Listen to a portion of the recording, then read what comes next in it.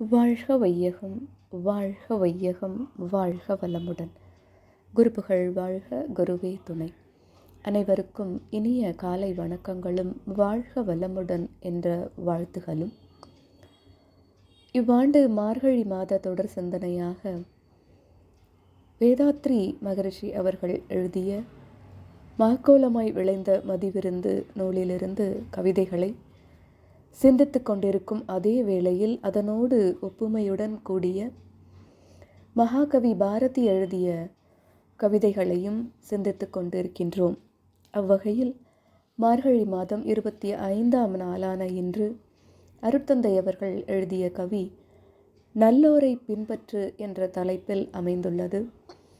இக்கவியை அருட்தந்தை அவர்கள் 1957ஆம் ஆண்டு ஜனவரி மாதம் 9ஆம் தேதி எழுதியுள்ளார்கள். நல்லோரை பின்பற்று. சீர்திருத்த நோக்குடையாய் சிந்தனை செய். சீர்திருத்த நோக்குடையாய் சிந்தனை செய். புவி வாழ்வை யார் திருத்தம் செய்துள்ளார் இதுவரையில்? புவி வாழ்வை யார் திருத்தம் செய்துள்ளார் இதுவரையில்? பார்த்திருந்த ஆராய்ச்சி, நல்லொழுக்கம், அன்பு செயல் இவையன்றோ வேறாச்சு? பார்த்திருந்த ஆராய்ச்சி, நல்லொழுக்கம், அன்பு செயல் இவையன்றோ வேறாச்சு? அதனால் நீ விவேகமுடன் அவ்வழி செல். அதனால் நீ விவேகமுடன் அவ்வழி செல் என்று நமக்கு நாம் செல்லக்கூடிய பாதையை எடுத்து காட்டுகிறார். சீர்திருத்த நோக்குடையாய் சிந்தனை செய். தன்னலம் இன்றி பொதுநலத்தை யோசிக்கும் அனைத்து மாண்புடைய மனிதர்களின் மனதிலும் இருக்கும் எண்ணம் இந்த சமுதாயத்தை சீர்திருத்தம் செய்ய வேண்டும். அப்படி இந்த சமுதாயத்தை திருத்தும் பொழுதுதான் மக்கள் பல்வேறு சிக்கல்களிலிருந்து விடுபட்டு அமைதியான வாழ்க்கையை வாழ முடியும் என்ற எண்ணம் அனைவருக்கும் உள்ளது. அந்த சீர்திருத்த நோக்கையுடைய அன்பரே, நீ கொஞ்சம் யோசனை செய், நீ கொஞ்சம் சிந்தித்துப்பார் அப்படிங்கிறார். புவி வாழ்வை யார் திருத்தம் செய்துள்ளார் இதுவரையில்? இந்த பூமியில் வாழ்கின்ற மக்களை யார் திருத்தம் செய்திருக்கிறார்கள்? யாராவது எல்லாரையும் திருத்தியிருக்காங்களா? அப்படி என்ன இல்லை என்றுதான் பொருள். யாரும் யாரையும் திருத்தவில்லை. அப்போது இந்த திருந்துவதற்கு இந்த உலகம் முழுவதும் கண்டிப்பாக தோன்றிய காலத்திலிருந்து பல்வேறு படிநிலைகளில், அறிவு நிலைகளில் மேன்மையுற்று விளங்குகிறது. அப்படி இந்த திருந்த எது வேறாக அமைகிறது, எது அடிப்படையாக அமைகிறது என்றால், மகரிஷி கூறுவது ஆராய்ச்சி, நல்லொழுக்கம், அன்பு செயல் இவையன்றோ வேறாச்சுங்கிறாரு. இப்போ ஆராய்ச்சி, நல்லொழுக்கம், அன்பு செயல் இதை மூன்றும் புவியில் உள்ள ஒவ்வொரு மனிதனும் தன்னுடைய தன்மையாக இயல்பாக மாற்றிக்கொள்ளும் பொழுது இந்த சீர்திருத்தம் என்பது இயல்பாக வரும். யாரும் சென்று சீர்திருத்தம் என்று திருத்த வேண்டிய ஒரு தேவையில்லை.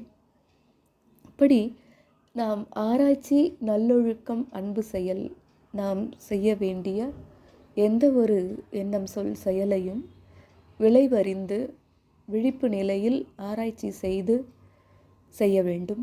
அப்படி செய்யக்கூடிய இந்த செயல்களை நாம் நல்லொழுக்கத்தை பின்பற்றி வாழ்ந்து அதை செய்ய வேண்டும். இந்த நல்லொழுக்கத்துடன் கூடிய வாழ்க்கையில் நாம் செய்கின்ற ஆராய்ச்சியான இந்த செயல்களை அன்புடன் நாம் செய்ய வேண்டும். இந்த ஆராய்ச்சி, நல்லொழுக்கம், அன்பு இது மூன்றும் புவியில் உள்ள அனைத்து மக்களின் இயல்பாக மாறும் பொழுது அதுவே மாற்றத்தை உண்டு பண்ணும்.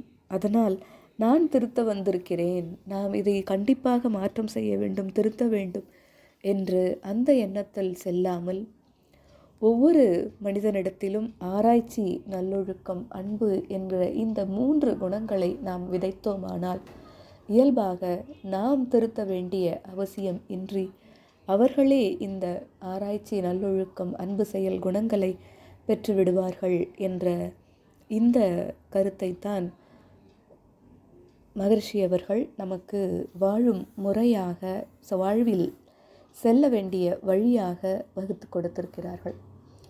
இதே வழியைத்தான் மகாகவி பாரதியும் இளைய தலைமுறையாகிய குழந்தைக்கே சொல்லிக் கொடுத்து விடுகிறார். அப்போ அந்த குழந்தையிலேயே மகரிஷியும் அதை வலியுறுத்தியிருக்கிறார்கள். நாம் இளைய தலைமுறைக்கு சிறு வயதிலேயே நாம் இறை உணர்வையும் அன்பு கருணையும் ஊட்டிவிடும் பொழுது அவர்கள் வளர வளர இந்த புவி மேன்மை அடையும் என்று கூறுகிறார்.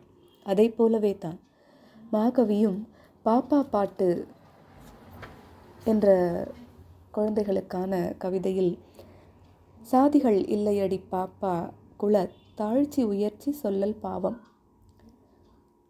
இது ஒரு சீர்திருத்தம்ங்கிறதுக்காக கருத்து சொல்கிறார். சாதிகள் இல்லையடி பாப்பா குல தாழ்ச்சி உயர்ச்சி சொல்லல் பாவம், நீதி உயர்ந்த மதி கல்வி அன்பு நிறைய உடையவர்கள் மேலோர்.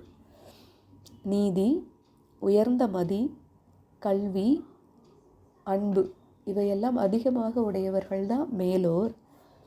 உயிர்களிடத்தில் அன்பு வேணும், தெய்வம் உண்மை என்று தான் அறிதல் வேண்டும்.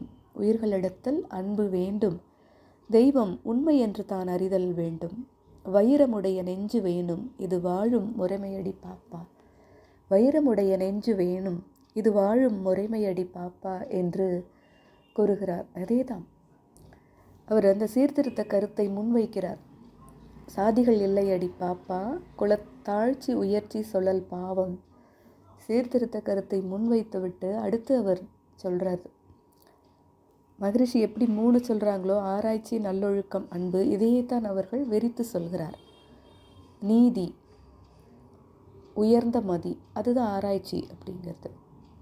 கல்வி அதுவும் ஆராய்ச்சியோட சொல்லும். நீதி உயர்ந்த மதி கல்வி அன்பு இது எல்லாம் உடையவர்கள் தான் மேலோர், அவர்கள்தான் உயர்ந்தவர்கள்.